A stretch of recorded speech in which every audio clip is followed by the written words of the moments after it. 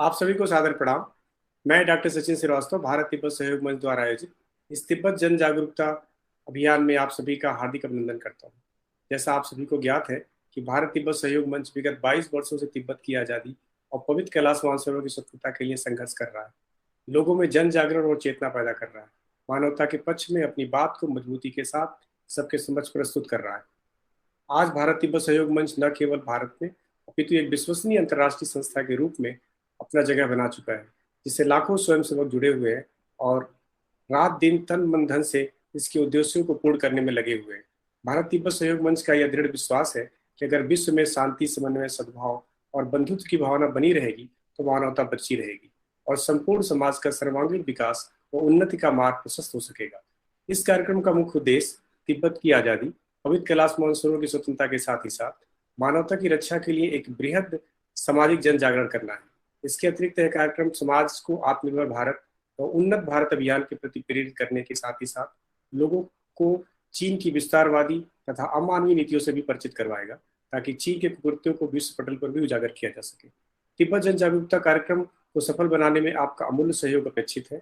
जैसा आप सभी को ज्ञात है कि पिछले हफ्तों रक्षा विशेषज्ञ मेजर जनरल जी.डी. बख्शी जी ने तिब्बत की स्वतंत्रता क्यों महत्वपूर्ण है विषय पर संस्कृत मंत्रालय भारत सरकार में सलाहकार के तौर पर सेवारत प्रोफेसर कुलदीप चंद्र अग्निहोत्री जी ने तिब्बत की स्थिति और भारत की भूमिका विषय पर, तिब्बती युवा कांग्रेस के अध्यक्ष श्री गोनपो धुंदुप जी ने तिब्बत कभी भी चीन का हिस्सा नहीं था विषय पर, तथा भारत तिब्बत सहयोग समन्वय केंद्र के समन्वयक श्री जिग्मे सुल्टम जी ने निर्वासित तिब्बतियों की दशा और दिशा विषय पर, तिब्बती राजनीतिक एवं सिटी में सुरक्षा मंत्री ग्यारी डोलमा जी ने तिब्बती जनक्रांति विषय पर एवं रक्षा विशेषज्ञ डॉक्टर विशाल दुबे जी ने चीन की तिब्बत भारत नीति विषय पर अपने गहन विचार प्रस्तुत किए थे।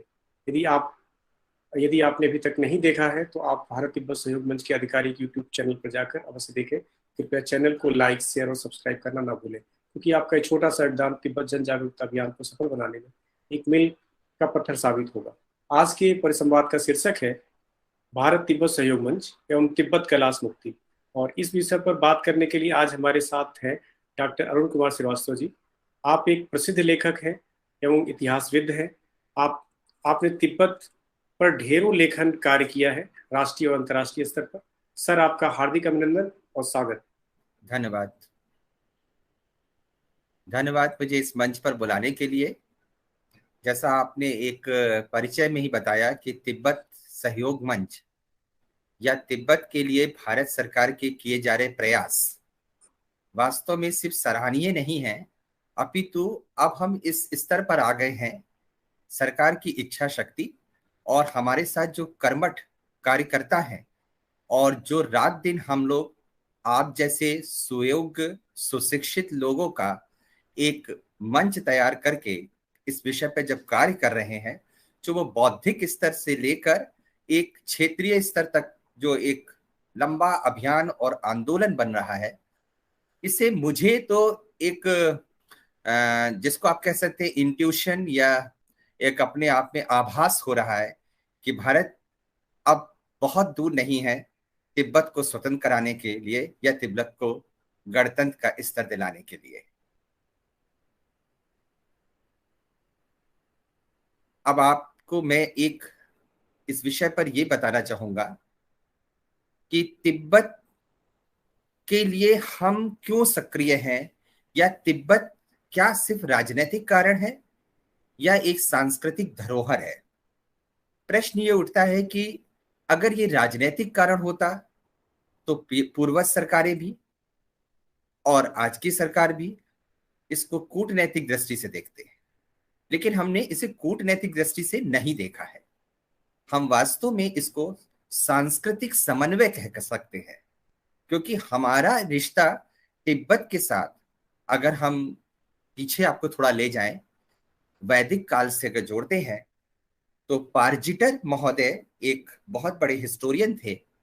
उन्होंने दयानंद सरस्वती जी के साथ काम करके ये तक स्पष्ट किया था प्रामाणिक तौर पर कि आर्यों की एक विशिष्ट शाखा का जो ओरिजिन है, जो मूल स्थान है, वो खुद ही तिब्बत, लेह या लहासा है। पामीर का पठार से लेकर भारत के कश्मीर तक का क्षेत्र कुषाणों ने जिस प्रकार सिल्क रूट के रूप में डेवलप किया था, वो पूरा का पूरा क्षेत्र, तिब्बत का क्षेत्र, वास्तव में एक हमारे लिए उस समय कह सकते हैं आप एक बफर स्टेट, मध्यस्थ क्षेत्र के रूप में स्थापित हो गया। लेकिन इसके बाद जो सांस्कृतिक आदान प्रदान हुआ हमारा, और खासकर तिब्बत वासियों का जो बौद्ध धर्म की तरफ आकर्षण पैदा हुआ, वो आकर्षण बाद में बौद्ध धर्म के प्रचार प्रसार के साथ एक सांस्कृतिक समन्वय स्थापित करने का आधार बन गया। आज तिब्बत वाले स्वयं बहुत ही फक्र से कहते हैं कि वो बौद्ध धर्म के अनुयायी हैं। मैंने अपने पिछले वक्तव्य में भी कहा था, 80% से ज्यादा लोग बौद्ध धर्म के प्रति आकर्षित होना उनका, और हमारे लिए हमारी जन्मभूमि या हमारी मातृभूमि में बौद्ध धर्म की उत्पत्ति होना, और जब बौद्ध धर्म भारत के कई ऐसे ऊहापोह और ऐतिहासिक फेरबदल में कई स्तर पर आकर कुछ प्रताड़ित हो रहा था, उस समय उसकी कर्म भूमि बना तिब्बत। तो तिब्बत जहां बौद्ध धर्म की कर्म भूमि है, भारत इसकी जन्म भूमि है। और इस तरीके से हम आकर एक जगह पाते हैं कि हमारा सांस्कृतिक समन्वय इतना है कि सामाजिक तौर पर, आर्थिक तौर पर, भौगोलिक सामरिक तौर पर हम एक दूसरे के इतना करीब हैं कि हमें एक हमारे लिए एक अवश्यंभावी हो जाता है कि हम तिब्बत की अस्मिता को भारतीय अस्मिता की दृष्टि से देखें, भारतीय अस्मिता की दृष्टि से स्वीकारें, और उसकी स्वतंत्रता के लिए, उसके वास्तविक मौलिक अधिकारों के लिए वैश्विक स्तर पर भारत खड़ा हो। भारत जो विश्व का सबसे बड़ा प्रजातांत्रिक देश है, आज हम कह सकते हैं कि ऐसा देश जब किसी को सहयोग देने के लिए बिना स्वार्थ के जब सामने आता है, तो ऐसी स्थिति उत्पन्न होती है विश्व के परिदृश्य पर, जहां हम कह सकते हैं कि तिब्बत की स्वतंत्रता अब बहुत दूर नहीं है। अब वैश्विक स्तर पर भारत के प्रयासों को सराहा जा रहा है, सहयोग दिया जा रहा है, यूनेस्को भी इसको सहयोग दे रही है, अमेरिका सरकार भी इसके साथ है, और हमारी बात को अब पुरजोर स्वर से जो हमारा एक, जिसे हम कहते हैं मैनुअल पावर, जो हमारी एक मानवीय शक्ति है, इसको बौद्धिक स्तर पर, क्षेत्रीय स्तर पर, और कह सकते हैं कार्यकर्ता के स्तर पर और विश्व के स्तर पर हम इतना अच्छा इसको रख रहे हैं, और निस्वार्थ अविलंब रूप से हम इतनी सेवा कर रहे हैं।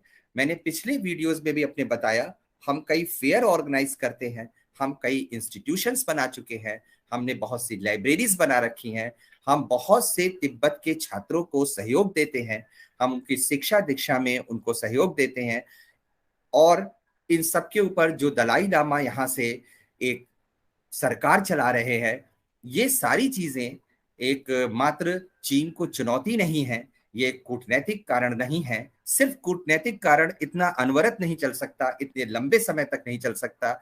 वास्तविक रूप से कहा जाए तो ये हृदय का संबंध है, और ये हृदय का संबंध भारतीय अस्मिता और तिब्बत की अस्मिता को एक स्तर पर लाकर जोड़ देता है। तो हम ये मानकर चलते हैं कि हम अपने लक्ष्य से अब बहुत दूर नहीं है।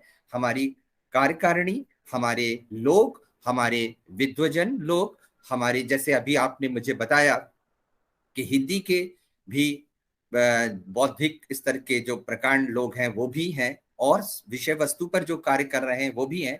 आज दोपहर में मैं एक जगह लेक्चर देने गया था, तो मैंने कहा था history is not surrounded with the subject history, it's totally concerned with the student of the history. So वैसे ही तिब्बत अब सिर्फ किसी एक आंदोलन के द्वारा क्रियान्वित किया जाने वाला एक आंदोलन नहीं है। अब इसमें भारत का एक बहुत बड़ा वर्ग संलग्न हो चुका है, वो भारत तिब्बत सहयोग मंच की वजह से या भारत सरकार की इच्छा शक्ति की वजह से, ये विषय अलग है, किंतु अब तिब्बत को गणतंत्रीय स्तर दिलाने में हम बहुत नजदीक हैं। और हमारा दूसरा उद्देश्य बहुत ही महत्वपूर्ण है, वो है धार्मिक सहजता, धार्मिक रूप से हमारी सांस्कृतिक एक समन्वय जो है, इसको हम वैश्विक स्तर पर एक मॉडल के रूप में दिखाना चाहते हैं कि जिस भारत भूमि से पुराने धर्मों को सृजन हुआ, पुराने धर्मों को, जिसको थियोसोफिस्ट अपना कर्म भूमि मानते हैं भारत को, उसी से तिब्बत के अनुयायी निकले, यानी तिब्बत में वो अनुयायी पैदा हुए जिन्होंने बौद्ध धर्म को अपना मेन या मुख्य धर्म बनाया। और वो धर्म आज तिब्बत में शायद हमसे ज्यादा मानने वाले हैं, क्योंकि इस समय का बौद्ध धर्म का स्तर भारत में उतना प्रासंगिक कम है। प्रासंगिकता तो नहीं कह सकते, लेकिन हाँ शायद अगर संख्या में देखें तो हिंदू, इस्लाम और सबके पीछे आता है, लेकिन तिब्बत में देखें तो ये अग्रणी धर्म है। तो ये एक समन्वय, एक समानता ये बताता है कि हम तिब्बत के हर सामरिक दृष्टिकोण में उसके साथ हैं। मैं आपसे एक अपेक्षा करूंगा कि आप मुझसे, चूंकि मैंने इस पे काम किया है, तो आप अपने जो भी आपकी जिज्ञासाएं उठ रही हैं, अभी तो हम सिर्फ एक विषय वस्तु पर हैं कि तिब्बत और भारत के संबंध, तिब्बत और भारत के बीच सांस्कृतिक समन्वय। आपके मन में जो जिज्ञासा उठ रही है आप उसको पूछें और मैं प्रयास करूंगा कि आपको संतुष्ट कर सकूं। सर, मेरी जिज्ञासा ये है कि भौगोलिक दृष्टि से तिब्बत और भारत दोनों का क्या आत्मीय संबंध रहा है, चाहे अर्वाचीन के संदर्भ में, चाहे प्राचीन के संदर्भ। देखिए, इसका भौगोलिक रूप से, सामरिक रूप से, दोनों से, डेमोग्राफिकल भी देख सकते हैं और ज्योग्राफिकल भी देख सकते हैं। तिब्बत एक ऐसा क्षेत्र है जो वास्तव में हमारे हिमाद्री से जुड़कर बाह्य हिमालय तक जाता है। तो ये इसी कारण चीन को हस्तक्षेप करने का एक मौका मिलता है, क्योंकि जो हमारा वाह्य हिमालय है वो उसका दक्षिणतम क्षेत्र है, वो इससे हमारी सीमाएं टकराती हैं। तिब्बत इसके बीच में एक भौगोलिक एक प्रासंगिकता बनाता है, एक अपनी स्पष्ट छवि बनाता है। अगर हम नक्शे पे देखें, मैंने एक बार अपना एक वीडियो भी डाला था जहां मैंने उसकी पिक्चर दिखाई थी कई एक, आज तो हम लोग संवाद कर रहे हैं, वहां मैंने प्रयास करा था कि मैं बताऊं कि भौगोलिक आत्मसात इसलिए है कि प्राचीन युग से मध्यकाल तक अगर आप तिब्बत देखें, खाम का एरिया देखें, गलवान का क्षेत्र देखें, इधर नेपाल का क्षेत्र देखें, इधर हम निचला कश्मीर देखें, अपना लद्दाख का क्षेत्र देखें, ये सब आपस में ऐसे जुड़ते हैं कि जैसे लगता है अगर हम यहाँ की ब्रीड भी देखें, यहाँ के जो लोग हैं वहां को देखें, तो इन सब के बीच में एक जो कहते हैं जैविकीय संबंध भी है, जैविकीय संबंध भी है। हम सब कहते हैं मंगोलाइड ब्रीड का एक बेल्ट जाता है पूरा, जिसमें हमारा कश्मीर का उत्तरी क्षेत्र और नेपाल का क्षेत्र और ये पूरा जाता है अरुणाचल तक। तो ये है, ये बनाता है एक आत्मीय संबंध, और ये बताता है कि तिब्बत को सिर्फ एक भौगोलिक क्षेत्र ना माने आप। तिब्बत हमारे बीच में एक से कटा हुआ कोई देश नहीं है, ऐसे तो देश बहुत सारे होते हैं, पर तिब्बत के साथ हमारे एक आत्मीय संबंध सिर्फ इसलिए हुए क्योंकि इसके साथ भौगोलिक आत्मसात, एक जो कहते हैं ना, भौगोलिक रूप से हमने एक दूसरे को आत्मसात कर दिया। मैं आपको बड़ी एक रोचक बात बताता हूँ। जब उत्तराखंड बना नहीं था तब मैं वहां गया था, मैंने अपने पहले वाले वीडियो में भी बोला है ये चीज और बुक में भी लिखा है अपनी। तो मैं कुमाऊं के क्षेत्र में, ऐसे क्षेत्र में गया था जो दारचूला और बिल्कुल सटा हुआ है चाइना बॉर्डर से और नेपाल से। मैं वहां कई दिनों तक रहा, तो वहां के लोगों से जो मेरा संवाद हुआ तो उन्होंने कहा कि हमारे इतने आत्मीय संबंध हैं तिब्बत के लोगों से कि वो नमक लेकर आते हैं, खाल लेकर आते हैं, और हमारा एक बार्टर सिस्टम चलता है, यानी हम एक वस्तु विनिमय करते हैं, हम पैसा लेकर नहीं खरीदते हैं। वो हमारे यहाँ से बहुत सी चीजें ले जाते हैं, चटाई ले जाते हैं, कारपेट ले जाते हैं, हम लोग बिनते हैं छोटे छोटे कारपेट, क्योंकि वहां भदोई या बनारस जैसे कारपेट नहीं बनते हैं, वहां बहुत छोटे छोटे टुकड़े के बनते हैं, वो ले जाते, ऊनी वो ले जाते हैं, वो शॉल ले जाते हैं, अंगवस्त्र ले जाते हैं, और हम उनसे खाल नमक लेते हैं। और इतने आत्मीय संबंध होते हैं कि अगर बगल में बैठकर हम फोटो खिंचा ले तो हमें पता भी नहीं चलेगा इसमें कौन तिब्बती है, कौन भूटिया है, कौन कुमाऊं क्षेत्र का भारतीय है। तो ये है भौगोलिक आत्मसात, जैसे कहते हैं भौगोलिक रूप से हम एक दूसरे से इतना जुड़ गए कि हमें सीमाएं नहीं पता है, हमें सीमाएं नहीं पता है, हमें संबंध पता है। हमें सीमाएं नहीं पता है, हमें शिष्टाचार पता है। हमें सीमाएं नहीं पता है, हमें एक दूसरे की आर्थिक आवश्यकताएं पता है। तो ये है तिब्बत और भारत के बीच का असीम संबंध। जी सर। एक था कि कालिदास ने अभिज्ञान शाकुंतलम में त्रिविष्टप शब्द का प्रयोग किया, और त्रिविष्टप शब्द का प्रयोग भी पहले जो है हमारे पौराणिक ग्रंथों में जो है ब्रह्मा विष्णु महेश जी जी तीनों जो देवताओं के लिए प्रयोग किया गया था जी। और वो जो कैलाश मानसरोवर का जो भौगोलिक रूप से जो एरिया है वहां पे ऋषि मुनियों का जो है तपस्थली थी वो पूरा। तो हमारे भारत के लोग जो ऋषि मुनि थे वो वहां जाते थे तप करने के लिए। तो एक प्राचीन एक संबंध था हमारा। एक आप मान लीजिए हम कह सकते हैं कि एक अखंड भारत का जो है एक विश्व स्तर पर इस तरह का संबंध था हमारा। लेकिन धीरे धीरे सर वो चीजें संबंध धीरे धीरे खत्म क्यों हो गई? क्योंकि जो है सर जिस तरह से ये देखा जाता है अरुणाचल प्रदेश, सिक्किम आप देख लीजिए, उसके बाद दार्जिलिंग का एरिया है, उसके बाद त्रिपुरा का एरिया है, वहाँ की जो जनजातियां हैं वो जनजातियां हैं वो आज भी तिब्बती प्राचीन भाषा का प्रयोग करते हैं, सब लोग बोलते हैं बहुत सारी चीजों में। और लेकिन वो प्राचीन भाषाएं खत्म हो रही हैं। इसको किस तरह से सर किस तरह से बचा के रखा जा सकता है? सबसे पहली बात तो पहला प्रश्न आपका ये हुआ इसमें, वो तो परिणाम के पहुंच के कैसे बचा के रखा जा सकता है। उससे पहले मैं एक बात बताऊंगा कि ये विविधता और ये जो डाइवर्सिटी थी ये कैसे सेपरेशन में कन्वर्ट हो गई। सबसे पहले आप इसको ये समझ लीजिए कि ये द्वितीय विश्व युद्ध के बाद जब प्रतिनिधि सरकारों का एक कमिटमेंट हुआ और सरकारें बनेंगी, भौगोलिक क्षेत्र बटेगा, रिप्रेजेंटेटिव गवर्नमेंट बनेगी, डेमोक्रेटिक सेटअप आएगा, तो एक व्यवहारवाद पैदा हुआ द्वितीय विश्व युद्ध के बाद। उस व्यवहारवाद के चलते क्षेत्रों का विभाजन हो गया। आप जानते यूएनओ अपने आप में बना था कि द्वितीय विश्व युद्ध को खत्म करके तृतीय विश्व युद्ध की आशंका को समाप्त कर दिया जाए, इसलिए बना था संयुक्त राष्ट्र संघ।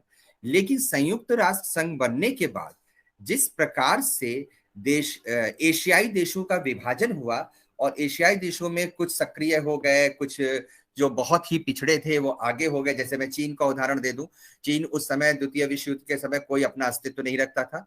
भारत का एक बहुत मजबूत सुदृढ़ एक अस्तित्व था।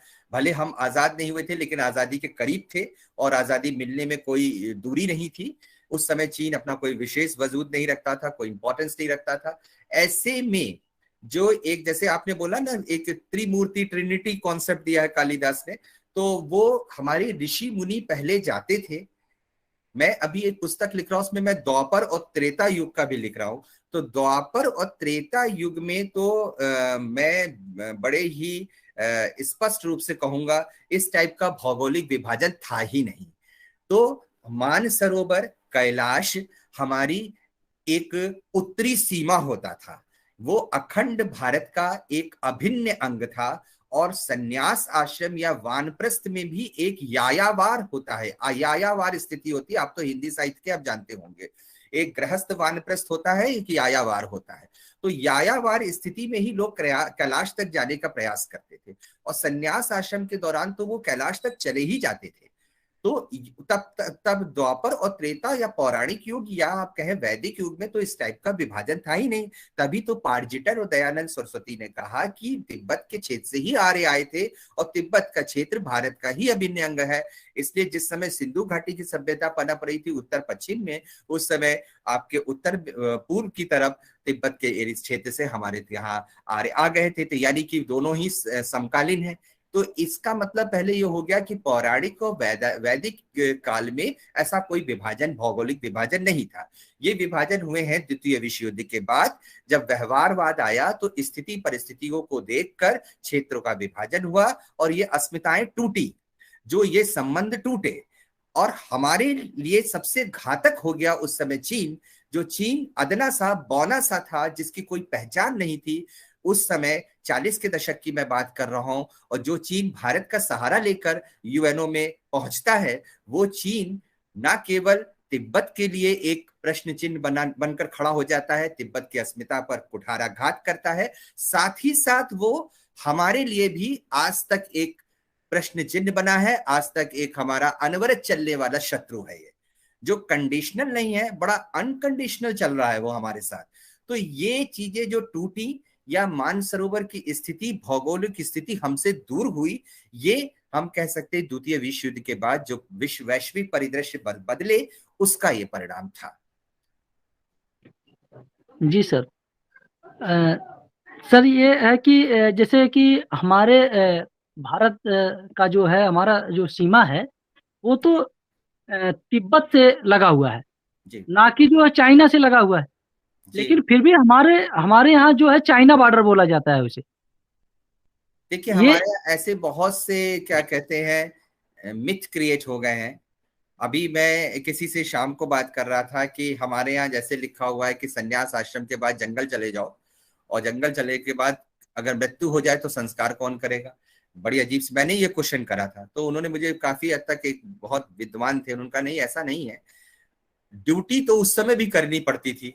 वैसे ही कुछ मिथ क्रिएट हो गए और हमने ये मान लिया कि हम चाइना से मिलते हैं।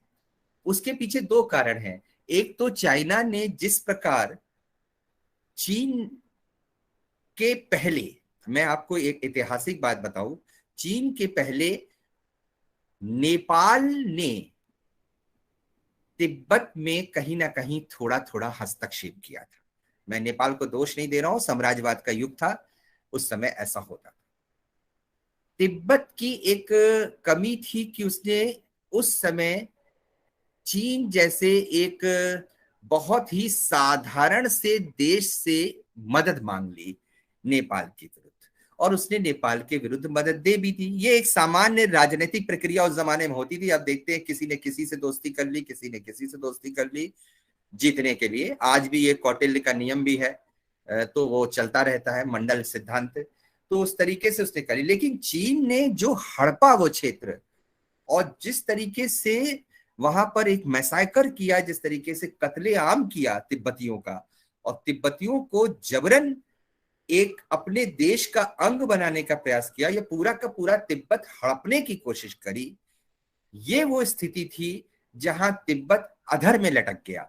कि तिब्बत औपचारिक रूप से हड़पा नहीं गया, लेकिन अनौपचारिक रूप से चीन ने अपना दावा थोप दिया। तिब्बत को यहां पर शरण लेनी पड़ी, और हमने उनको शरण भी दी। दलाई लामा को शरण नहीं दी, बल्कि हमने इसको अपना स्वाभिमान समझा, अपना एक आशीर्वाद समझा कि दलाई लामा हमारे यहाँ आके रहेंगे और हमको पूरी सुविधा देते हैं। और ये हमारी कोई भी सरकार रही हो, सभी सरकारों ने ऐसा किया। तो हमने तिब्बत की अस्मिता को बचाते हुए चीन को चुनौती दे दी। लेकिन ये सत्य है कि चीन ने जो अपना अनौपचारिक दावा थोपा नेपाल के बाद तिब्बत की मदद करके, उसकी वजह से ये मिथ क्रिएट हो गया कि हम कहते हैं चीन हमारा बॉर्डर है, चीन हमारा सीमा क्षेत्र है, और हम चूंकि वो डिस्प्यूटेड हो गया, वो विवादित क्षेत्र हो गया, इसलिए हम ये कहने में कतराते हैं।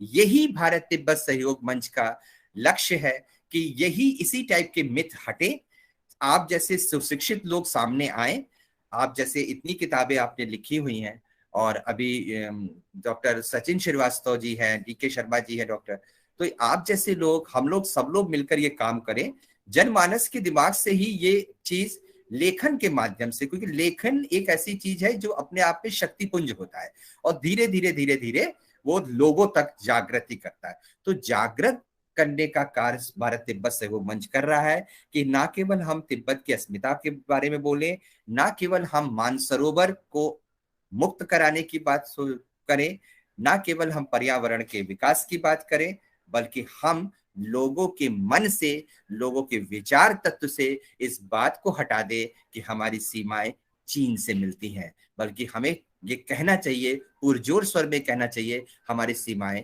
तिब्बत से मिलती हैं। जी सर। और सर एक चीज और है कि जैसे कि चीन कोई ज्यादा ताकतवर है नहीं। अभी मैं थोड़ा सा उसको पढ़ रहा था, जी जी। तो ज्यादा वो ताकतवर है नहीं। जैसे मंचूरियन था, मंगोल का उधर था, और इधर जो है तिब्बत है। तो ये सारे देश तो थे सर, और इसने, मान लीजिए, इसे डायरेक्ट अटैक नहीं किया चीन ने। चीन ने धीरे धीरे उसको कब्जा करना शुरू हाँ किया। चीन कभी भी डायरेक्ट अटैक नहीं करता है। भारत की अगर जमीन को धीरे, वो थोड़ी थोड़ी रूप में हड़प रहा है, ना कि वो एक बैग हड़प रहा है, थोड़ी थोड़ी करके। तो ये जो, ऐसा ऐसा नहीं हो सकता कि ये सारे लोग इकट्ठे हो करके, एकजुट हो करके, और चीन को सबक सिखाया जा सकता है, रोका जा सकता है उसको। आखिर क्या कारण है सर कि ऐसा नहीं हो पा रहा है? नहीं, पहले तो हम इसमें एक त्रुटि है, मैं उसको सुधार लूं कि चीन भारत का कोई हिस्सा हड़पने लायक आज की स्थिति में नहीं है, ना ही वो जी। थोड़ा थोड़ा हड़प रहा है, क्योंकि ये कहना सरकार के ऊपर एक प्रश्न चिन्ह लगा देगा।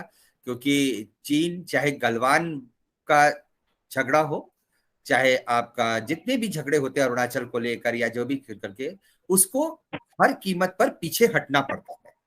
वो एक प्रयास करता है अपनी इंपॉर्टेंस बनाने के। मैं आपको एक बड़े मजे की बात बताऊं, हमारी सरकार की बात नहीं, पहले की सरकार की बातें बताता हूं कि हम 62 का युद्ध जरूर हार गए थे। उसके पीछे कई कारण थे, नेहरू की नीतियां भी थी और वैश्विक दबाव भी थे, या जो भी कहिए, हमारी कुछ ऐसी गलतियां भी थी। वो युद्ध भी हम जीतते, क्योंकि उसके बाद 1969 में, 69 में, जब हम गांधी जी की 100वीं वर्षगांठ बना रहे थे, 100वां दिवस मना रहे थे, सेंचुरी उनके जन्म की, तो उसी समय इंदिरा गांधी ने भी, जो कि एक उस समय बिना बोलने वाली या गूंगी गुड़िया कही जाती थी, लेकिन चीन को सबक उसी समय सिखा दिया था उन्होंने, और चीन को काफी हद तक पीछे ढकेल दिया था। तो हमने तो हमेशा उसके गैर कानूनी मंसूबों को हमेशा चुनौती नहीं दी है, उसको सबक सिखाया है। अभी आपका जो आपने एक रिसेंट गलवान वाला केस देखा है, उसके कितने सैनिक मरे हैं उसको पता चल गया होगा, और हमारे जो भी शहीद हुए हैं वो अपना नाम इतिहास में दर्ज करा गए हैं, बहुत कम। और उनकी हालत ये कि वो अपने ही सैनिकों को रिकॉग्नाइज नहीं कर पा रहा है, उसका नंबर भी क्लियर नहीं बता पा रहा है। तो पहले तो इस त्रुटि को हम सुधार लें कि हमारे धीरे धीरे हड़प रहा है। ये पुरानी सरकारों में हुआ है, और ये पहले की सरकारों में हुआ है कि उन्होंने थोड़ा क्षेत्र ले लिया तो उन्होंने कहा कि अरे ये तो बड़ा वीरान और बैरन एरिया है, इसमें ले लिया, कोई बात नहीं। पर अब 21वीं शताब्दी में, तकनीकी के इस युग में और नई सरकार की इच्छा शक्ति में कोई भी कमी नहीं है। हम 1 इंच भी हिस्सा उसको लेने नहीं दे सकते। पर हमारा एक तरीका है, हमारी एक सेना का एक बहुत ही एक लॉयल तरीका है। हम आज भी बड़े एथिकल मोड में रहते हैं, हम नैतिक दृष्टि से देखते हैं कि अगर कोई वॉर कर रहा है तो आओ वॉर करने दो, देखो कहां तक आते हो, फिर हम तुम्हें बताते हैं। तो ये एक पैटर्न है हमारी सेना का, और ये हमारी स्ट्रेंथ भी है, इसमें हम चेंज नहीं करेंगे। हमें जाकर उसकी जमीन छीनने की जरूरत नहीं है, हाँ, हमें अपनी जमीन को मुक्त करा के उसको सबक सिखाने की जरूरत है, जो हम बराबर अनवरत कर रहे हैं ये चीजें।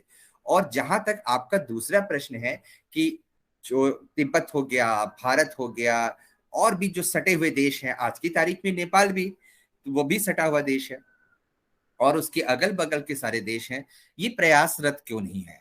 देखिए, एक प्रश्न है, अभी मेरी कल श्रीवास्तव जी से भी बात हो रही थी, सचिन जी से, तो बड़ा एक अच्छा, क्योंकि जितने भी बौद्धिक लोग होते हैं, बुद्धिमान लोग होते हैं, उनसे आप बात करिए तो बहुत सी चीजें दिमाग में बैठ जाती हैं। आप बहुत अच्छे स्तर पर हिमाचल प्रदेश में काम कर रहे हैं, तो आपने कल मुझे बड़ी बेहतरीन बात बताई, बातों बातों में शायद उन्होंने ध्यान भी नहीं दिया कि मैंने उसको इतना नोटिस कर लिया। तो आपने एक बात बताई कि लोग अवेयर ही नहीं है, सर मैं सही कह रहा हूं, लोग जागरूक ही नहीं है। लोगों को पता ही नहीं है। अभी हम दक्षिण भारत में जाकर देखें तो पता ही नहीं है। विंध्य की पहाड़ी क्रॉस करें तो शायद हमारे संगठन के कुछ लोग होंगे जिनको पता होगा, पर जनमानस को पता ही नहीं है। मैं भारत तिब्बत सहयोग मंच से जब जुड़ा तो मैंने बहुत से ऐसे लोग देखे जो सुशिक्षित हैं, एजुकेटेड हैं, लेकिन उनको ज्योग्राफिकल फीचर्स ही नहीं मालूम है तिब्बत के। क्योंकि आप प्रोफेसर हो, आप शिक्षक हो, आप जानते हो कि अगल बगल के छोटे छोटे देश सब मिलकर हम लोग, क्योंकि वियतनाम भी बहुत दुखी है, कई देश चीन से बहुत दुखी हैं, और हम सबसे बड़े largest democracy of the world, और आज की गवर्नमेंट में हमारे पास ऐसा लीडर है जो वर्ल्ड को लीड करता है। तो हम अब इस कंडीशन में हैं कि उन छोटे छोटे देशों के बीच अवेयरनेस लाएं। पहले हम भारत में ही बता तो रहे, बहुत कम लोग सक्रिय हैं। तो ये है कि बौद्धिक स्तर पर हम बहुत काम कर रहे हैं, लेकिन जैसे हम जनसंख्या के अनुपात में देखें तो कम है वैसे। और उन देशों के नेपाल, वियतनाम और सटे हुए देशों में देखें तो वहां तो अवेयरनेस है ही नहीं। जैसे सर ने मुझे बताया, हिमाचल तो वही सटा हुआ है, वही दलाई लामा जी रहते हैं, वही धर्मशाला है, वहीं से सारी गतिविधियां होती हैं, वहीं से एग्जाइल गवर्नमेंट चलती है, और वहां के शायद 10% लोगों को भी इस पूरी घटना का संपूर्ण ज्ञान नहीं है। ये सत्य है सर, ये सत्य है, सर ने बताया, और आप भी वहीं के, आप भी इस बात से सहमत होंगे। तो सर। आप खुद ही बताइए, ये that can be possible by the awareness only. Awareness is the only instrument which create a type of the moment and which would be converted into the revolution। तो आप पहले, अब हम लोग इस समय जुड़े हैं सिर्फ अवेयरनेस के लिए। पहले जानो तो हम बोलते हैं मानसरोवर, हम बोलते हैं कैलाश, हम बोलते हैं सिंधु नदी वहीं से आई, हम बोलते हैं गंगा ब्रह्मपुत्र का उदय वहां से हुआ, है ना, और वहां से निकल। भारत के अंदर तो आप बोल सकते हो ना कि चलो भाई क्या कहते हैं वो उत्तराखंड से आई, लेकिन जनरली हम मानसरोवर से मानते सारी नदियों का, लगभग नदियों का। हम सुशिक्षित हैं, मैंने पढ़ाई लिखाई करी तो मुझे नदियों के नाम भी मालूम है, और सबको तो नाम भी नहीं मालूम है ठीक से। इवन मैं एजुकेटेड लोगों की बात कर रहा हूँ, मैं इलिटरेट लोगों की बात नहीं कर रहा हूँ। एजुकेटेड लोग भी they are involve here and there and they don't have knowledge about the geographical and demographical features of the Tibet and India. तो पहले awareness is the only instrument which create a type of boom which that we want। जो हम चाहते हैं वो सिर्फ और सिर्फ जागरूकता से संभव है। तो आपका प्रश्न का जवाब ये है कि ये हो इसीलिए नहीं पा रहा है कि अभी भी हम 75 साल के करीब पहुंच चुके हैं, आजादी के 75वां साल बना रहे हैं हम, और तिब्बत को लेके देखें तो करीब 40 साल से करीब 50 साल से ऊपर हो चुका है। अभी दलाई लामा के प्रति उनके उपदेशों, उनके विचारों, उनका जो पेन है, उनका जो एक्साइलमेंट है, वो वहां से निकाले गए हैं, वो भारत सरकार के शरण में है, भारत सरकार उनको सहयोग दे रही। इस बात को लेकर बहुत ज्यादा अवेयरनेस ही नहीं है। तो अवेयरनेस क्रिएट होगी तो चीन जैसे लोग विश्व की सबसे बड़ी डेमोक्रेसी के आगे नतमस्तक हो जाएंगे। हो सकता है इसमें 1 दशक, 1 डिकेड लग जाए, लेकिन आपको परिणाम, आप बहुत युवा हैं, आपको ये परिणाम आपके ही जीवन में बहुत जल्दी आपको दिखेंगे। जी सर, ये तो बात सत्य है सर कि अभी जो है अभी बहुत सारे युवाओं को तो ये पता ही नहीं है कि जो है तिब्बत जो है चीन के कब्जे में है। हाँ, अभी भी पता नहीं है सर, वो तो जानते हैं तिब्बत एक देश है, इतना तो उनको पता है, लेकिन ये नहीं पता है कि चीन ने उसको जो है अपने कब्जे में कर रखा है। अभी लोगों को और भी नहीं पता है कि भारत देश से कौन कौन सी सीमाएं लगी हुई हैं और तो कितनी जमीनें जो है। या तो शोधार्थियों को पता रहता है जो उस पर शोध करते हैं, या थोड़ा सा जो सिविल सर्विसेज की तैयारी करते हैं उनको पता रहता है। बाकी ये MA, BA, BSc, MSc और PhD दूसरे विषयों में करने वाले और मैनेजमेंट और ये मास कम्युनिकेशन, ये सब पढ़ाई करने वाले लोगों को पता ही नहीं रहता है।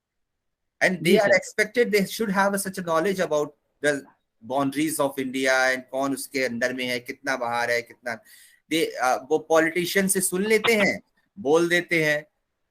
लेकिन मैंने सिर्फ 2 कैटेगरीज मानी हैं जो इसके विषय में जानता है, जो उसके विषय में शोध कर रहा हो, कार्य कर रहा हो। जैसे मैं डॉक्टर सचिन को साधुवाद देता हूं कि आपने कल मुझे बताया कि उन्होंने काफी हद तक इन 10 सालों में काफी हद तक लोगों को अवेयर किया है, just because of his own and personal efforts वो कर रहे हैं।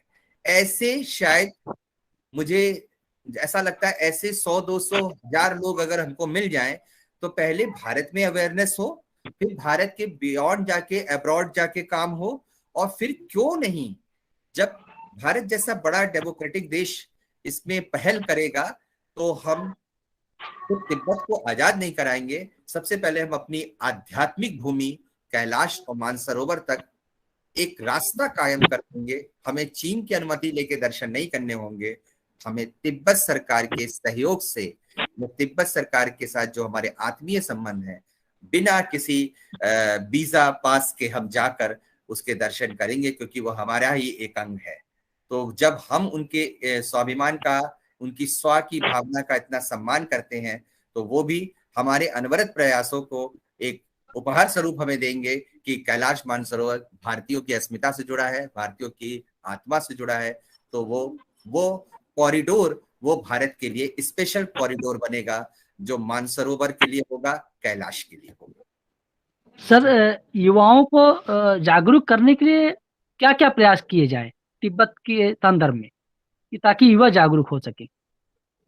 ये तो आप सचिन जी ने अभी जैसे बोला एक टेक्निकल टीम है, मैंने कहा नहीं वो आपकी कोर टीम है। तो आपकी जो कोर टीम है ऐसी टीम, और आप दूसरी बात, आप लोग बहुत अच्छी जगह पर हिमाचल में है, हो सकता है आपको कुछ व्यक्तिगत कष्ट हो वहां पर, लेकिन इस अभियान के लिए आप बहुत अच्छी जगह पर हैं, ठीक है। वो व्यक्तिगत कुछ भी हो सकता है, लेकिन इस अभियान के लिए आप बहुत अच्छी जगह पर हैं। तो पहले तो जरूरी है कि जैसे कि एक मैं अभी इंडियन नेशनल कांग्रेस की बात कहूंगा। कांग्रेस में बदरुद्दीन तैयब जी जो बने थे, जैसे बने वो कांग्रेस के अध्यक्ष, तो उन्होंने कहा कांग्रेस बेकार है, because it is surrounded with the few people only, it was surrounded with the few people, few intellectuals only. अब हमें जरूरत है कि हम हर जगह कार्यालय स्थापित करें, तब कांग्रेस को लोग जानेंगे, तब कांग्रेस नेशनल पार्टी या नेशनल आंदोलन बनेगा। तो to nationalise the Tibet movement, that is very essential कि every district, every particular council में हमें इसका एक छोटा सा कार्यालय और एक छोटा सा कुछ जो डिवोटी लोग हैं, जो सक्रिय हैं, जो इस बात को समझते हैं, उनको क्या कहते हैं कार्यालय स्थापित करने। मैं हो गया, मेरे जैसे बहुत से होंगे जिनको इस विषय पे थोड़ा ज्ञान है, आप लोग हो गए, आप लोग इतना कुछ करे हुए हैं इसमें, तो मैं तो विषय वस्तु पे होने की वजह से आपकी प्रशंसा नहीं कर पा रहा हूं। तो आपने इतना काम किया, तो आप जैसे लोग उन लोगों को प्रेरित कर सकते हैं, जो मैं चाहता हूं कि हर जिले में इसको लेके कार्यालय बन जाए, तो एक बौद्धिक अभियान शुरू हो जाए, और ये अभियान आंदोलन में परिवर्तित जब होगा। भारत सरकार इस समय बड़ी सचेत है, भारत सरकार ने इस समय इसके लिए हमें एक बैकअप दे रखा है, और इस बैकअप को हम यूटिलाइज करें, क्योंकि हम आज स्वतंत्र हैं कि हम भारत तिब्बत सहयोग मंच या भारत तिब्बत आजादी, भारत तिब्बत आंदोलन को लेकर कोई भी रैली निकाल सकते हैं, हम चाइना के फ्लैग को जला सकते हैं, हम किसी भी करके हम ओपन लिख सकते हैं कि बायकॉट ऑफ द चाइनीज, जैसे सर ने लिख रखा अपने व्हाट्सएप पे, तो boycott of Chinese goods, we are free right now, we have been given a complete platform to express our point of view. तो ये मौका है, ये बहुत ही स्वर्णिम अवसर है कि बस अब चाहिए गति। जो 70 से, जैसे इंद्रेश जी 1991 से काम कर रहे हैं, बहुत ही सक्रियता से काम कर रहे हैं, मतलब मेरे जैसे छोटे लोग उनकी क्या प्रशंसा करें, लेकिन अब उस सक्रियता का काम टेक्नोलॉजी के एज में, क्योंकि आईटी रिवॉल्यूशन हो चुका है, आज हम सीधे सीधे जुड़े हैं, एक दूसरे से कनेक्ट है इतनी दूर से, टेक्नोलॉजिकल एज में अब, और भारत सरकार की इच्छा शक्ति को देखते हुए अब हम इसको बहुत तेज गति में ले आए और इसको छोटे छोटे प्लेटफॉर्म पर ले आए। देखिए आप 5 साल बाद आपको खुद लगेगा कि जन जन, जैसे कि हम लोग बड़े बड़े लीडर्स को जानते हैं, गांधी जी को जानते हैं, सुभाष चंद्र बोस को जानते हैं, हम एपीजे अब्दुल कलाम को जानते हैं, जैसे ऐसे ही हर बच्चा धीरे धीरे भारत तिब्बत सहयोग, भारत तिब्बत समस्या समझ जाए। तो मुझे लगता है आप लोग जिस क्षेत्र से कर रहे हैं वो क्षेत्र तो इसके लिए बहुत उपजाऊ क्षेत्र है, बहुत ही फर्टाइल लैंड है।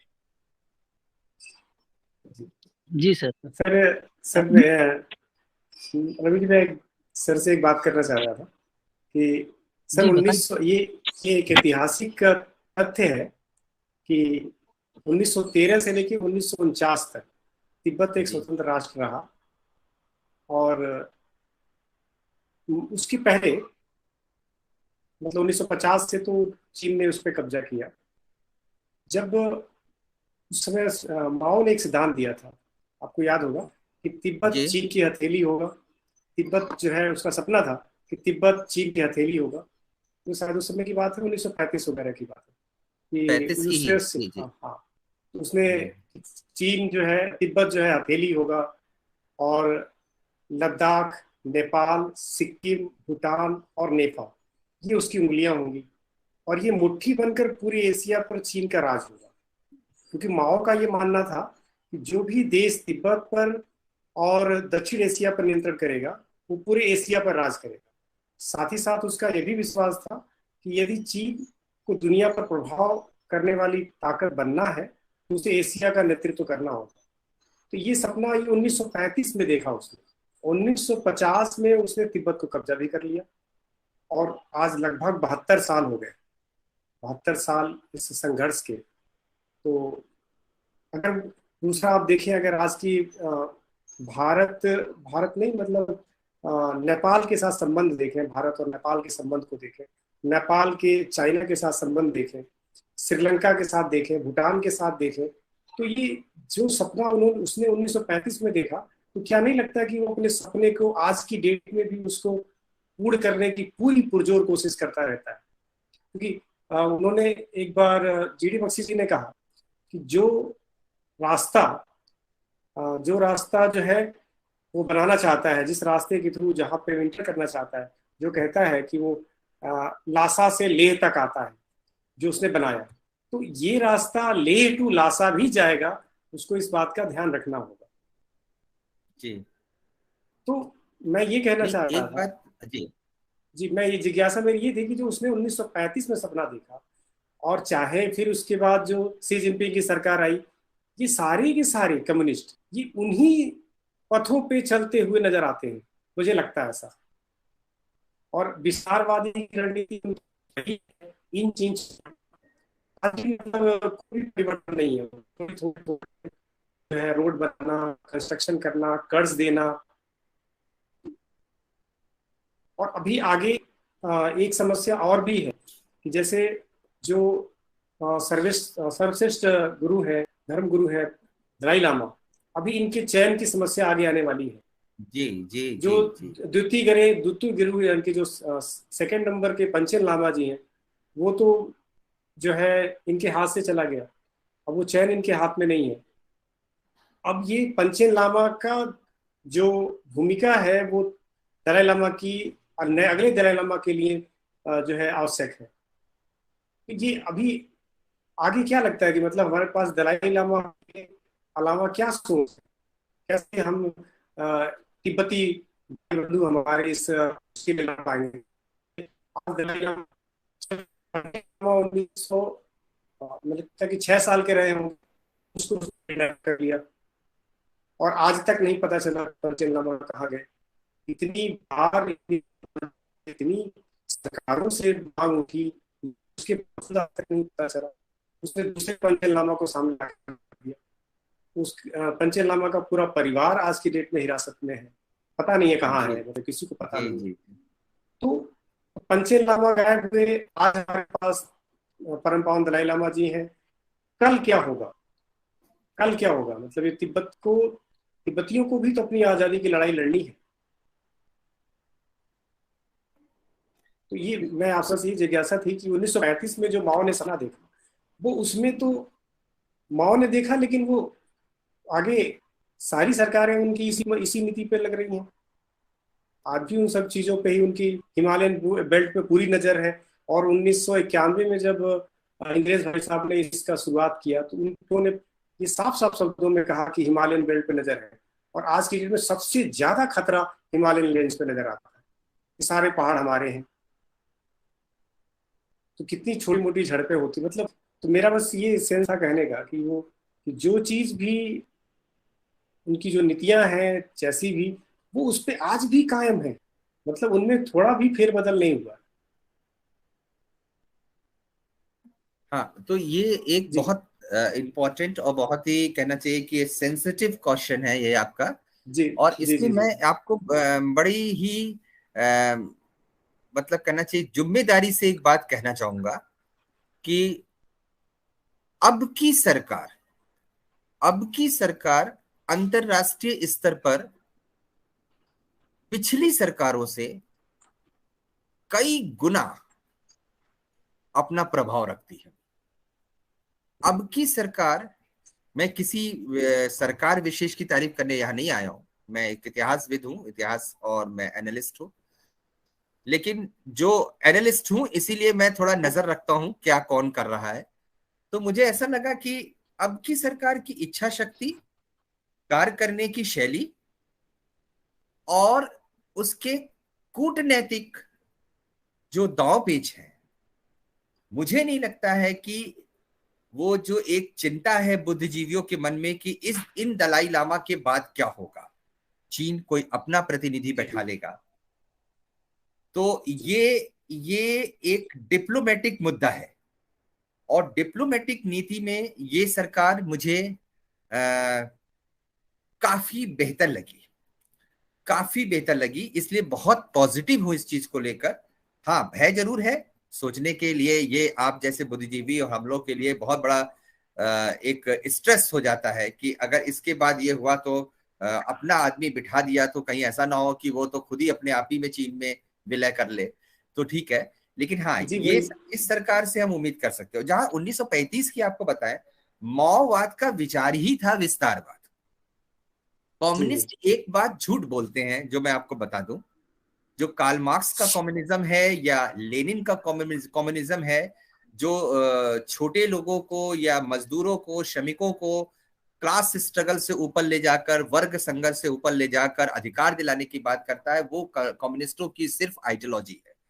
कम्युनिस्ट एग्जैक्टली कॉलोनाइजेशन, औपनिवेशिक सत्ता, इंपेरियलिज्म यानी साम्राज्यवाद, इंडस्ट्रियलाइजेशन और कैपिटलिज्म, ये चार इनके स्टैंड हैं। और ये चार स्टैंड इनका जो है सिर्फ आर्थिक नहीं है, इनके सुनने में आपको थोड़ा दो स्टैंड आर्थिक लगेंगे, दो पॉलिटिकल पॉलिटिकल लगेंगे, बट ये चारों का जो एक्सट्रैक्ट है वो है एक्सपेंशन एंड पॉलिटिकल स्टेबिलिटी। तो एक बार एक होड़ द्वितीय विश्व युद्ध के बाद जब एक दो शक्तियां बन गई थी विश्व में, यूएसएसआर और यूएसए, और उसके बाद यूएसएसआर टूट गया, अब यूएसए का ही प्रभाव है, जो भी कुछ आप कह सकते हैं। ऐसे में चाइना की एक खलबलाहट है। चाइना उन्हीं माओवादी सिद्धांतों पर चलकर वो चाहता है कि तिब्बत या जितने भी एरिया, जैसे आपने सिक्किम बोला, सिक्किम तो जी उसकी बाजी वो हार गया, जी सिक्किम की बाजी तो वो हार गया। इंदिरा गांधी ने टेलीफोन से सिक्किम ले लिया, जिसको हम लोग बड़े एक व्यंग में कहते हैं कि इंदिरा गांधी ने अमेंडमेंट करा के सिक्किम ले लिया और चीन को पता भी नहीं चला। तो और आज की सरकार की कूटनैतिक शक्ति इससे भी ज्यादा गुणात्मक है। तो आज की सरकार के आगे बड़े बड़े देश, आप अभी यूक्रेन और रूस का देख ही रहे हैं, भारत सरकार से दोनों ही देश अपेक्षा कर रहे हैं कि वो आगे आए और अपना एक भूमिका निभाए।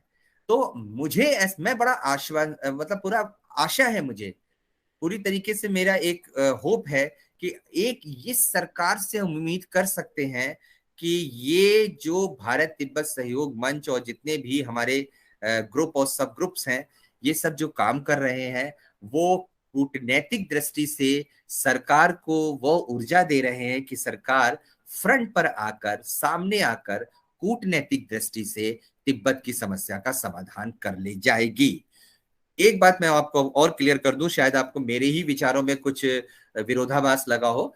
हमारे तिब्बत को स्वतंत्र कराने में हमारे उद्देश्य नैतिक हैं, लेकिन हमारी प्रक्रिया और हमारे साधन कूटनैतिक हैं। इसको थोड़ा सा और समझ लीजिए। उद्देश्य बहुत पवित्र है हमारा, हम पूरी तरीके से मॉरलिटी के बेस पर, एथिक्स पर बेस पर हम तिब्बत की आजादी चाहते हैं, क्योंकि हमारी मानसरोवर की भावना, कैलाश मुक्ति की भावना भी वहां से जुड़ी है। वहां का हिमालय का पर्यावरण भी जुड़ा है, जो तिब्बत के सहयोग से ही हम उसको सब आत्मसात कर सकते हैं, ले सकते हैं या समन्वय स्थापित कर सकते हैं। ये उद्देश्य बहुत पवित्र है, लेकिन इसको प्राप्त करने के साधन और जितने भी संसाधन हैं और जितनी भी विचारधारा है, वो बिना कूटनीति के संबंध संभव नहीं है। और ये सरकार मुझे एक आश्वासित करती है पूरी तरीके से, एक कहीं ना कहीं हृदय में एक संतोष देती है कि ये इस समस्या का समाधान कर ले जाएगी। जैसे कि आपने देखा है 370 हटाना भी बहुत दिक्कत था, कई ऐसी चीजें बहुत दिक्कत थी। कई लोगों ने मुझसे कहा 370 तो आंतरिक मामला था, उसको हटा दिया तो कोई बड़ी बात नहीं है, लेकिन नहीं, आंतरिक मामला था, लेकिन वैदेशिक स्तर का मुद्दा था। मामला आंतरिक था, लेकिन उसके सपोर्ट में वैदेशिक लोग भी खड़े हुए थे, लेकिन उसको आंतरिक रूप से निकाल ले जाना। तो मुझे ये उम्मीद है कि भारत तिब्बत सहयोग मंच जैसे कई मंच सरकार को ये ऊर्जा दे रहे होंगे, और सरकार इतनी ऊर्जावान है कि सरकार कोई ना कोई कूटनैतिक हल निकालेगी कि दलाई लामा के बाद जो नया चयन हो वो किस प्रक्रिया से हो, और अगर जो हो भी तो वो भारत के हित में हो। मुझे ऐसी उम्मीद है, और बहुत कुछ इसमें हम लोग भी सहयोग दे सकते हैं अगर हम भारत तिब्बत सहयोग मंच के आंदोलन को या तिब्बत की गणतंत्र या व्यवस्था के लिए एक, मैंने जो अभी इसके पहले आपसे बोला था कि एक बहुत अब आईटी सेक्टर आगे आ गया है। अब जब इंद्रेश जी ने आंदोलन शुरू किया था 1991 में, तब हम लोग लिबरलाइजेशन, प्राइवेटाइजेशन, ग्लोबलाइजेशन लाए थे, लेकिन अब हमारे पास आईटी रिवोल्यूशन हो चुका है। अब हम ग्लोबल लेवल पर हम बहुत स्ट्रांग हो चुके हैं, तो अब हमको अपने आंदोलन को बहुत रैपिड स्तर पर लाना पड़ेगा, बहुत ही तीव्र गति देनी पड़ेगी। जिला स्तर पर, गांव स्तर पर, प्रांत स्तर पर हम इतने स्तर पे ले आए कि ये वैश्विक मुद्दा हम बना दें, जहां विश्व के लोगों को भी आगे बढ़कर चीन की कुरीतियों के खिलाफ भारत सरकार का समर्थन न पड़े। तो आप भी आशावान रहें कि सरकार कोई कूटनीतिक हल निकालेगी इसका। जी सर, एक्चुअली पूरे विश्व में जो आंकड़े हैं वो तिब्बत को छोड़कर के अगर बाहर करें तो केवल 2 लाख लोग हैं जो तिब्बती जो बाहर हैं, जो कह सकते हैं आप लगभग 2 लाख, और 60 से 80 हजार के आसपास इंडिया में हुए, और 1,20,000 या 1,40,000 के आसपास बाकी और जगहों पे हैं। तो ये जो आउटसाइड है मतलब तिब्बत के, वो है लगभग 2 लाख, और सारी पॉपुलेशन वहां पे है जो तिब्बत की है। वहां तिब्बतियों की स्थिति ये इतनी दयनीय है कि अभी मैं आपको बताऊं कि मार्च में ही 2 आत्मदाह हो गए। एक तो 25 साल का एक युवक था, 2 आत्मदाह हो गए। शायद ये 2009 के बाद से ये बहुत बड़ी घटना होगी कि जो है 2 आत्मदाह एक ही महीने के अंदर हुए। और दूसरी, वो तिब्बती अपने आत्मदाह कर रहे हैं ताकि उनका जो मानना होगा जैसा भी कि वो एक सुप्रीम सेक्रीफाइस है, नेशनलिस्ट मूवमेंट को अपना जिंदा रखना चाहते हैं, लेकिन ये समस्या का हल नहीं। अपने आप को जो है मार देना ये समस्या का हल नहीं। दूसरी चीज कि वहां पे खुद तिब्बती वहां पे माइनॉरिटी में आ गए, क्योंकि वहां हान चाइनीज जो है बसते जा रहे हैं। तो ये एक वहां एक अंदर जो तिब्बत में है, वहां भी तिब्बती इतनी दयनीय स्थिति में हो गए हैं कि जो दूसरे तिब्बत क्या कहते हैं, जो चाइनीज से शादी करेगा उसको 2 से ज्यादा बच्चे पैदा कर सकता है, और कई तरह की उसको फैसिलिटीज वहां पे जो है तिब्बतियों को जो है वो चाइना प्रोवाइड कर रहा है, और कई तरह से इन्हें प्रताड़ित भी कर रहा है। इवन आप जो है दलाई लामा जी की पोस्टर नहीं रख सकते, फोटो नहीं रख सकते, आप तिब्बती लैंग्वेज नहीं पढ़ सकते, और इतनी सारी जो वहाँ अमानवीय क्या कह सकते हैं आपकी तिब्बतियों का जो मानवाधिकार का हनन हो रहा है। और मुद्दा भी यूएनओ में है, सबके समक्ष भी है, सबको नजर आ रहा है, लेकिन फिर भी जो है सारे राष्ट्र मिल करके कोई इस तरह का एक्शन नहीं ले पा रहे, इसको कैसे बंदिश लगाई जाए। और आप देखिए ताइवान के साथ क्या कर रहा है, हांगकांग में क्या कर रहा है, वो अभी वो कहाँ, मतलब उसकी चीजें जो है वो अपनी सक्रिय है, उसके सारे फ्रंट खुले हुए हैं, चारों तरफ से लगा हुआ है। तो मैं ये कहना, मेरी जिज्ञासा ये थी सर कि जो ठीक है, भारत तो जो कर रहा है, भारत की तिब्बतियों की मेरी सिक्योंग से मेरी बातचीत हुई कुछ दिन पहले, और मीटिंग हुई मेरी, तो सिक्योंग ने बताया, मतलब बोल्डली बताया ये कि 98% फंडिंग हमारी जो है गवर्नमेंट ऑफ इंडिया से, और सिर्फ 2% है जो हम बाकी जगहों से अर्न करते हैं, बाकी 98% हम इंडियन गवर्नमेंट पे हम डिपेंड है। तो इनके पास आर्थिक नहीं है, जो बाहर रह रहे हैं उनकी संख्या कम है, जो अंदर है उनकी जो है वो अल्पसंख्यक होते जा रहे हैं, एक तरीके से वो माइनॉरिटी में आते जा रहे हैं। तो ये क्या आत्मदाह करने से जो है उनकी मूवमेंट बच पाएगी, या इसको तिब्बत आजाद करा पाएंगे? तो मेरा कंसर्न ये है कि भारत जो कर रहा है या जो पड़ोसी देश मिलकर के करेंगे वो अलग बात है, लेकिन इनको क्या खुद करना चाहिए, मतलब तिब्बतियों के लिए खुद क्या करना चाहिए? क्या इनके लिए यही विकल्प है कि हम जल के मर जाए ताकि दूसरा याद रखे कि भाई मैंने बलिदान कर दिया अपने आप का? और 2009 के बाद से 159 डेथ मतलब ऑन रिकॉर्ड हो चुकी है, मतलब ये जो है तिब्बतियों ने आत्मदाह किए। तो मैं इस पे आपकी राय जानना चाह रहा था। नहीं, मैंने भी इसको काफी स्टडी करी, जो आत्मदाह वाला किस्सा भी मैंने भी अभी रिसेंटली इसको काफी एनालिसिस किया। देखिए, थोड़ा सा ब्रॉड विजन रखना पड़ेगा हमको जी क्योंकि ये छोटे घरेलू मुद्दे नहीं हैं, जी जी जी। ये वैश्विक मुद्दे हैं। और अमेरिका में भी बहुत से तिब्बती रह रहे हैं, जैसे आपने बोला 1,20,000 के करीब बाहर है, उसमें बहुत बड़ा जी भाग अमेरिका में है। जी और इसकी बात, और तिब्बत में की बात यूएनओ में भी उठाई जा रही है, भारत सरकार की तरफ से नहीं और देशों की तरफ से भी उठाई जा रही है। तो ये एक, आप कह सकते हैं कि ये एक लंबी क्रांति है। जी जी। हम भी आजाद हुए थे तो 190 साल लग गए थे हमको, हम भी चंद दिनों में आजाद नहीं हो गए थे, सैकड़ों हजारों ने। ये बात शायद आपको अखर जाए या आपको शायद अपेक्षा, जो आपने अपेक्षा करी हो उत्तर की, वो नाम हो लगे आपको, लेकिन शायद मैं आपको एक डायमेंशन जरूर दे सकता हूं सोचने का, एक विचार। हमने भी 190 साल क्रांति करी, हमने भी 190 साल। प्लासी की युद्ध से हम 1757 से शुरू हो गए, 1947 में हम जाके आजाद हुए, वो भी कई कारणों से, सिर्फ किसी एक विशेष आंदोलन से नहीं। तो तिब्बत के भीतर ये हो रहा है, ये कम से कम करवाना है हमको, लोगों को जागरूक करना चाहिए। और जहां तक चीन ने अपने कब्जे, पूरा तिब्बत नहीं लिया है, जो आप बता रहे हैं कि ये क्या कहते हैं कन्वर्जन करा रहे हैं, उनको फैसिलिटेट कर रहे हैं, 2 बच्चे और ये वो सब, ये कुछ हिस्से में किया है। खाम का एरिया अभी बचा हुआ है, कई गलवान के से जुड़े हुए क्षेत्र बचे हुए हैं जहां पर अभी इनका इस हद तक नहीं विस्तार हुआ है। तो हमने, भारत सरकार कर रही है, हमें एक ऊर्जा, जैसे मैंने बोला है, हमें एक ऊर्जा बनकर भारत सरकार को, जैसे जिला स्तर पर अगर भी हम ये बात उठाएंगे तो एक एक घटना, तिब्बत में जो जो एक एक घटना और जो एक साम्राज्यवादी नीतियों का एक जो शोषण चल रहा है, इसके प्रति लोगों की जागरूकता की गति बढ़ानी पड़ेगी, जागरूकता की गति बढ़ानी पड़ेगी। हम क्या करते हैं, कुछ सम्मेलन करके कुछ बातें उठाकर, जैसे पाकिस्तान की बातें हम जाके यूएनओ में रखाते हैं और बहुत खुले खुले ताने दे देते हैं, पाकिस्तान को खुले मंच पर ताने दे देते हैं और बहुत तारीफें सुन लेते हैं। तो सुषमा स्वराज हो या अभी एक कौन IFS बोल रही थी, बहुत अच्छा बोलते हैं, बहुत अच्छा। और शशि थरूर को भी मैंने सुना है, मनमोहन सिंह को भी सुना है, बहुत अच्छा बोले हैं, मतलब वो सुनकर। लेकिन परिणाम तो बहुत अच्छे नहीं आए, परिणाम अच्छे नहीं आए।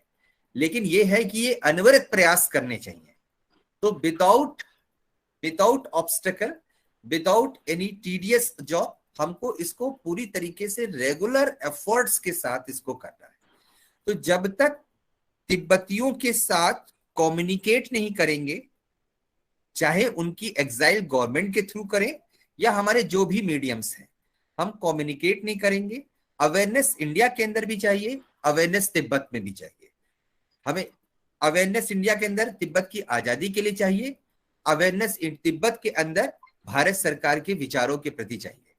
तो ये एक दोहरा मापदंड लेकर हमको चलना है कि हमें तिब्बत को भी जागरूक करना है और हमें खुद भी तिब्बत के साथ कंधा से कंधा मिलाकर खड़ा होना है। शायद इसमें समय लगेगा, शायद इसमें समय लगेगा।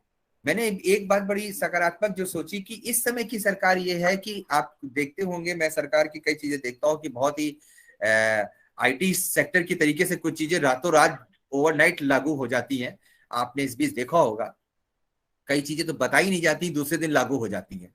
तो ऐसा वर्क जो है इस समय गवर्नमेंट बड़ी सचेत है और हमको उसकी चेतना को जागृत करे रखना है थ्रू द मोमेंट। और ये जो आप इतना करीब हैं वहां पर हिमाचल में, आप बहुत कनेक्टेड हैं वहां की गवर्नमेंट्स के लोगों से भी, तो मैं चाहूंगा आप अपने आप में ही खुद बहुत बड़ी शख्सियत हैं, इतना बड़ा काम कर रहे हैं, एक दूसरे सब्जेक्ट के टीचर होकर आप इतना बड़ा जन आंदोलन कर रहे हैं। तो मैं चाहता हूं आपकी जो टीम है, और चाहे आप मुझे भी उसमें जोड़ लें, तो मैं एक अवेयरनेस, रेगुलर अवेयरनेस होनी चाहिए through the print media, through the electronic media, through the mediator, and bye connecting with the Indian government, bye connecting with the Tibet government. तो ये हमें रेगुलर, और हमको इम्पेशेंट नहीं होना है कि वो सिंगापुर में, हांगकांग में क्या कर रहा है, वियतनाम में क्या कर रहा है, हमको हड़प ले जाएगा। भाई वो तो हड़पने का प्रयास 35 से कर रहा है, आपने खुद ही बोला। और सिक्किम हम उसकी नाक के नीचे से ले गए। अरुणाचल प्रदेश में भी वो कुछ ना कुछ नाटक किया करता है कि अब वो कल्चर बन चुका है हमारा कि वो घुसेगा और हम उसको मार के भगाएंगे। And we are very familiar with this culture. अब हमें उसको लेकर हम बहुत ज्यादा ईगो प्रॉब्लम नहीं क्रिएट करते हैं। ये आए दिन होता है और आए दिन वो आ जाते हैं, आए दिन हम उनको ढकेल देते हैं।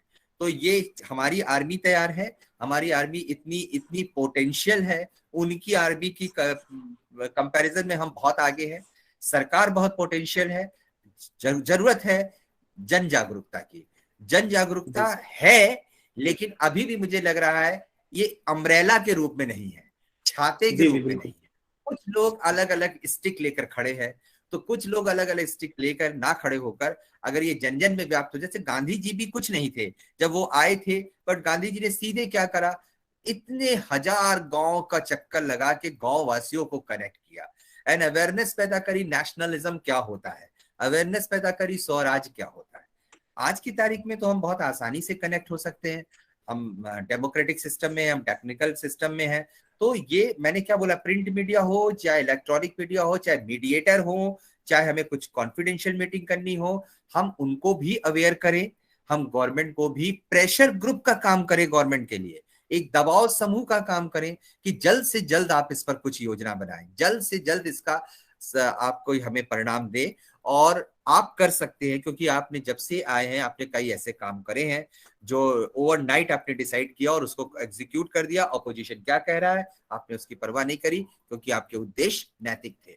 तो आज हमारा भी नैतिक उद्देश्य है कि हम जन जन में, वहां के लोगों में भी और यहाँ के लोगों में, और इम्पेशेंट ना हो कि लंबा खिंच रहा है, 35 से खिंच रहा है, या उनका एग्जाइलमेंट हमारा हो गया था 1959 में आ गए, वो यहीं रह रहे हैं, और दलाई लामा। हम इम्पेशेंट अगर हो जाएंगे तो हमारा जो शत्रु है वो सक्रिय हो जाएगा। हम इसलिए हमें अधैर्यवान नहीं होना है। क्रांतियां ऐसी ही लंबी चलती है। ये एक बहुत बड़ी क्रांति है। तख्ता पलटना, व्यवस्था को परिवर्तित करना, ये क्रांति का स्वरूप होता है, और वो इतना सरल और सहज नहीं होता है। इसमें वैश्विक दृष्टि से भी सहयोग मिले, भारत सरकार से भी सहयोग मिले, लगातार हम बुद्धिजीवी, हम लोग थोड़े बहुत पढ़े लिखे जो भी लोग हैं इस पे कार्य करते रहे। और देखिएगा आज की सरकार और आज का जो अवेयरनेस है, आज की टेक्नोलॉजी है और आज की जो कनेक्टिविटी है, मुझे लग रहा है चीन उसके आगे एक समय आकर नतमस्तक होगा। हो सकता है कुछ नुकसान हमें हो जाए इस बीच, तो उससे हमें अधैर्यवान नहीं होना है। मैंने अभी बोला भारत की आजादी को भी 190 साल लग गए थे। तो हम पहला युद्ध वो जीते थे प्लासी से और कर्नाटक से, और बाद में हम 1947 में जीते। कितने पड़ाव पार करके, कितनी विचारधाराओं से निकलते हुए हम जीते। तो ऐसा हो सकता है अभी 1 डिकेड, 2 डिकेड, 2 स्कोर, 3 स्कोर, 25-30 साल, 10 साल लगे, पर अब लग रहा है कि ये रैपिड तरीके से होगा और हमें इसमें एक सक्रिय भूमिका निभानी।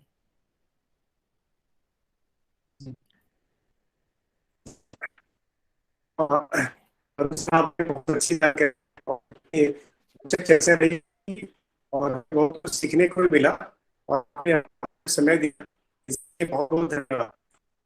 डॉक्टर रवि, जी सर।